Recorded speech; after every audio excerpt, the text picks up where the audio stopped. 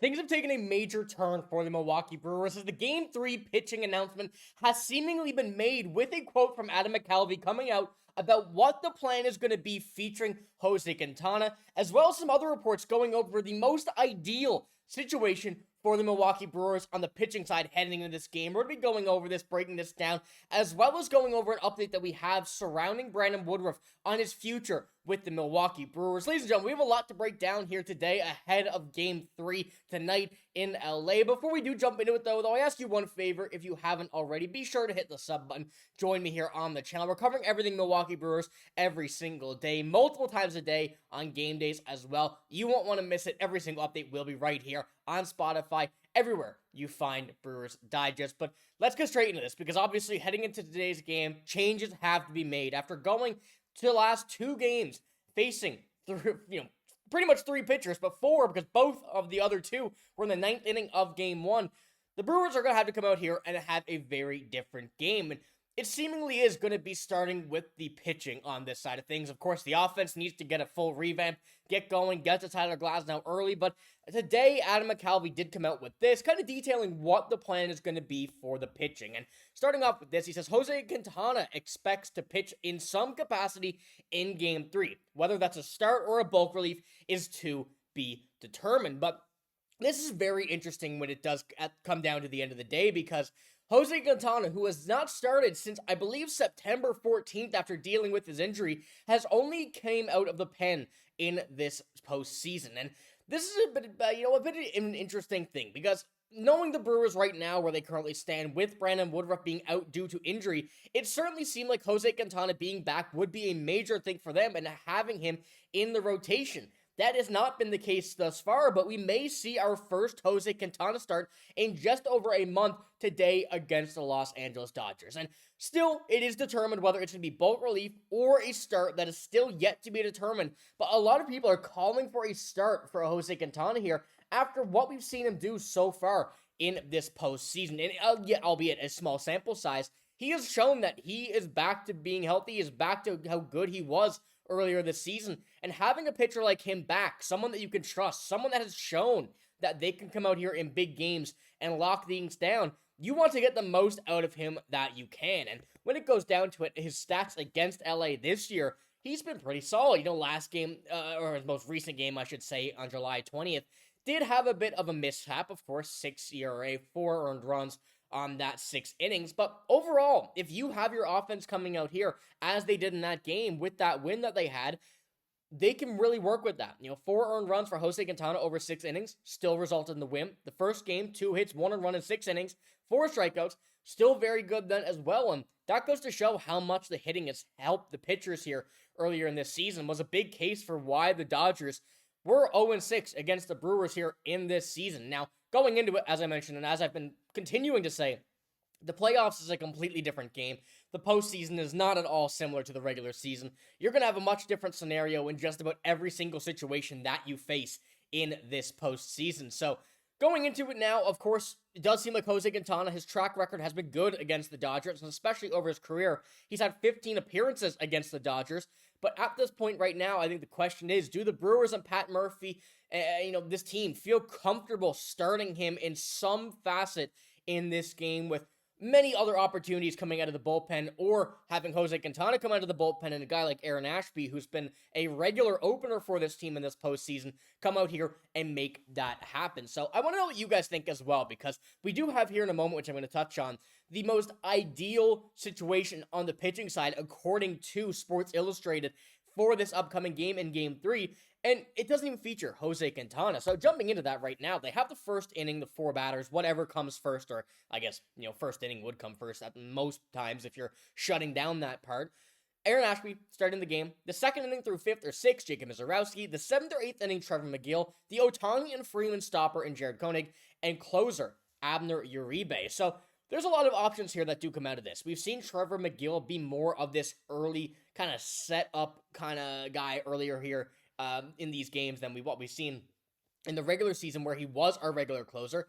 Abner Uribe, the last 2 appearances that he's had, not great, but he still is a guy that you have to put in if you want to close out a game, whether it is him or Trevor McGill or a guy like Freddy Peralta, someone like that in a later game. those are guys that you need to have in here. But as we see, there is no sign of Jose Quintana here, a guy who has been very good against the Dodgers throughout his career, and also is more of a fresh arm than a lot of these players here. So I do like Jose Quintana in this game. I think that if I were the Brewers right now going up against this Dodgers team in this situation, which I would consider this as a manager an elimination game, you got to get your best guys in. I think Jose Quintana at this right now, opening this game for at least 3 to 4 innings, then maybe you go Miz, Trevor McGill, your eBay, there's some sort of combination that would work out best right here with advanced analytics. You have to make sure that you can get that going and make sure that that does happen here in this game if you want a chance to even come back here. And we saw what the Blue Jays did last night. That means that it's very doable. Any team can do it. And even though it's the Dodgers, a team that has so much money and are very, very good, one of the best teams in the MLB, the Brewers have the best record for a reason, and they can come out here and make that happen. Now, a big thing also coming into this game is going to be the starting pitching that we're going to be going up against. And it is Tyler Glasnow, of course, heading to this game, as I did mention in yesterday's video.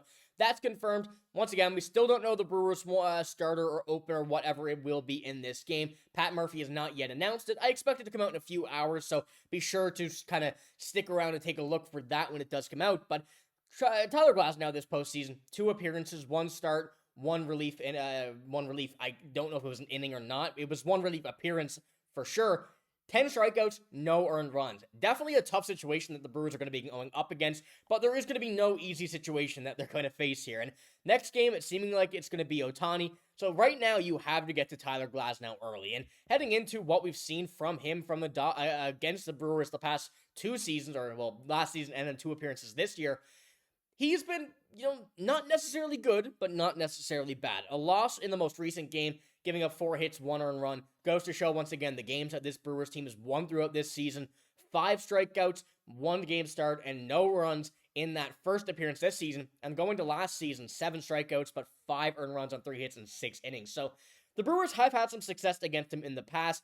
The hits have been good, but the runs are the big thing that we need. We need the slugging to get up. We need everything to be able to get up in this game if you want a chance to even make this game continue, make this series continue, and get back to Milwaukee. So this is one that they're going to have to get on early. But we also do have a few quotes here coming out from Pat Murphy, Bob Nightingale, going over really what the entire situation was heading into this game. And Pat Murphy is saying, this is more of an opportunity than anyone knows. If I was to tell this group after their 0-4 start that the worst run differential in baseball history, hey, you're 4 games from the World Series, you take it. Whatever that mountain is, we'll take it. Whatever that happened in the past has happened in the past.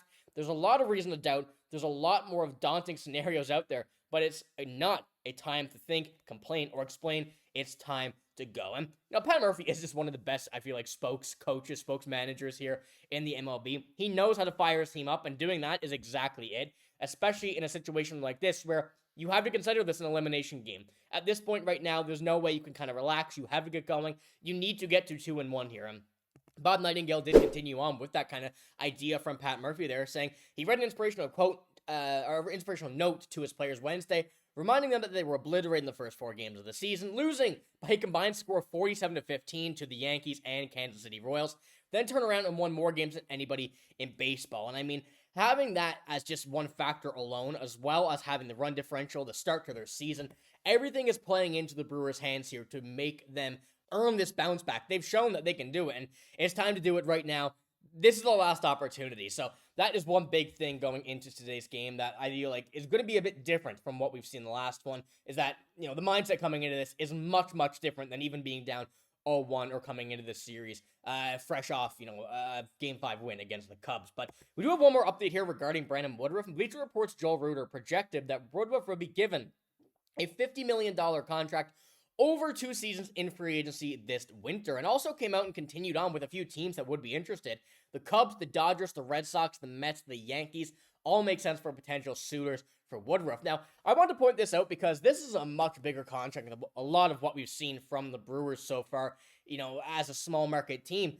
But this is something that I think the Brewers have a big hand in, because Brandon Woodruff, he knows how much he loves this team, how much he means to this team, and how much this team has shown love to him. And I feel like coming into this offseason, although he has projected a big contract, shown that he's deserving this, it would not surprise me whatsoever to see him stay with this Brewers team, or if he does leave, reject any team or club that has had a direct negative impact to this Brewers team. So that's something I wanted to point out there. Just in the midst of all of this, we're keep on seeing this kind of stuff and showing that this Brewers team, reports are still saying that they're going to be falling apart, but we know that that is not the case. So let me know what you think about that, as well as kind of the idea and the mindset behind the starting pitching and pitching as a whole heading into this game as we go up against Tyler Glasnow. But that is all I have in this video. If you did enjoy, give it a like, hit the sub button as well. I'm signing out. Thank you for watching. Hope you have a great day. See you later.